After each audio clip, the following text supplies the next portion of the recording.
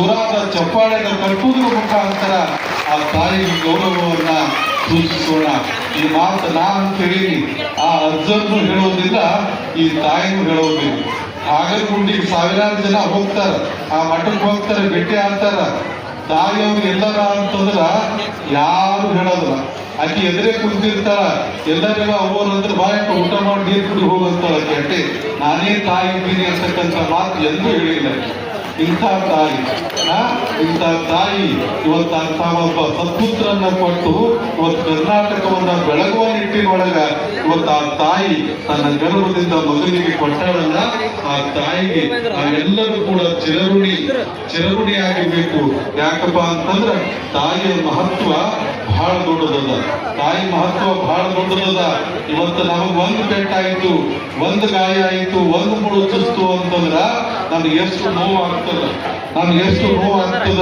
ಆದರೆ ತಾಯಿ ಒಂದು ಮಗುವಿಗೆ ಜನ್ಮ ಕೊಡ್ಬೇಕು ಅಂತಂದ್ರ 1000 ಸಿಡಿಲು ಹೊಡೆದಷ್ಟು ನೋವಾಗ್ತದ, 1000 ಸಿಡಿಲು ಹೊಡೆದಷ್ಟು ನೋವಾಗ್ತದ. ಅಂತ ಮಗನನ್ನ ಇವತ್ತೆಲ್ಲರೂ ತಮ್ಮ ಮಕ್ಕಳನ್ನ ಡಾಕ್ಟರ್ನಾಗ ಮಾಡ್ಬೇಕು, ಇಂಜಿನಿಯರ್ ಮಾಡ್ಬೇಕು, ಪ್ರೊಫೆಸರ್ ಮಾಡ್ಬೇಕು, ಮದುವೆ ಮಾಡ್ಬೇಕು, ಮೊಮ್ಮಕ್ಕಳನ್ನ ಕಾಣ್ಬೇಕು ಅಂತೇಳಿ ಏನೇನು ವಿಚಾರ ಇಟ್ಕೊತಾರೆ ತಾಯಿ ತಂದೆ. ಅದು ಸತ್ಯ ಕೂಡ. ಆದರೆ ಯಾವ ತಾಯಿ ಕೂಡ ಇವತ್ತು 10 ಜನ ಮಕ್ಕಳಿರ್ಲಿಕ್ಕ ನಿನ್ನ ಮಗನಿಗೆ ಸನ್ಯಾಸಿ ಮಾಡ್ತೀನಿ, ನಿನ್ನ ಮಗನಿಗೆ ಜೋಡಿ ಹಾಕಿ ವೈದ್ಯರು ಅಂದ್ರೆ ಕೊಡ್ತಾರೆ. ಬೇಡ ಅಂತಾರಕಿ, ಬೇಡ ಮಗನ ಬೇಡ, ನನ್ನ ಮಗ ನನ್ನ ಗಣ್ಯದ್ರ ಮಣ್ಣರ ತಿಂದು ಬದುಕಲಿ, ಅನ್ನಾರ ತಿಂದು ಬದುಕಲಿ, ಏನಾರ ತಿಂದು ಬದುಕಲಿ, ನನ್ನ ಮಗ ನನ್ನ ಬದುಕಾಗಿರ್ಬೇಕು ಅಂತ ಯಾವತ್ತು ತಾಯಿ. ಅಂತ ತಾಯಿ ಇವತ್ತ ತನ್ನ ಹತ್ತ ಕರುಳನ್ನ ಒಂದು ಮಠಕ್ಕೆ ಸನ್ಯಾಸಿಯನ್ನಾಗಿ ಮಾಡಿ ಇವತ್ತ ಎಲ್ಲರಿಗೂ ಕೂಡ ಸಮಾಜಕ್ಕೆ ಒಂದು ದೊಡ್ಡ ಕೆಲಸವನ್ನ ಮಾಡಿರ್ತಕ್ಕಂಥ ಶ್ರೇಯಸ್ಸು ಅದು ತಾಯಂದಿರಿಗೆ ಸಲ್ತದೆ.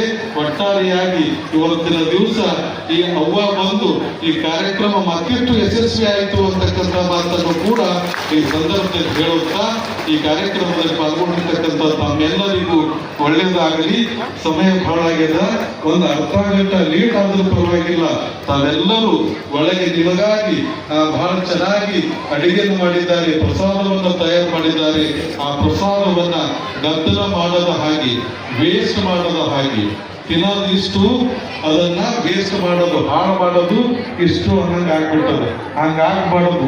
ಯಾಕಪ್ಪ ಅಂತಂದ್ರ ನಾವು ಒಂದು ದಿವಸ ಇದೇ ತರ ಮಾಡ್ಕೋತಾ ಹೋದೆವು, ಅನ್ನಕ್ಕೆ ಅಲಕ್ಷ್ಯ ಮಾಡ್ತೇವೆ ಅಂತಂದ್ರ ಆಹಾರದ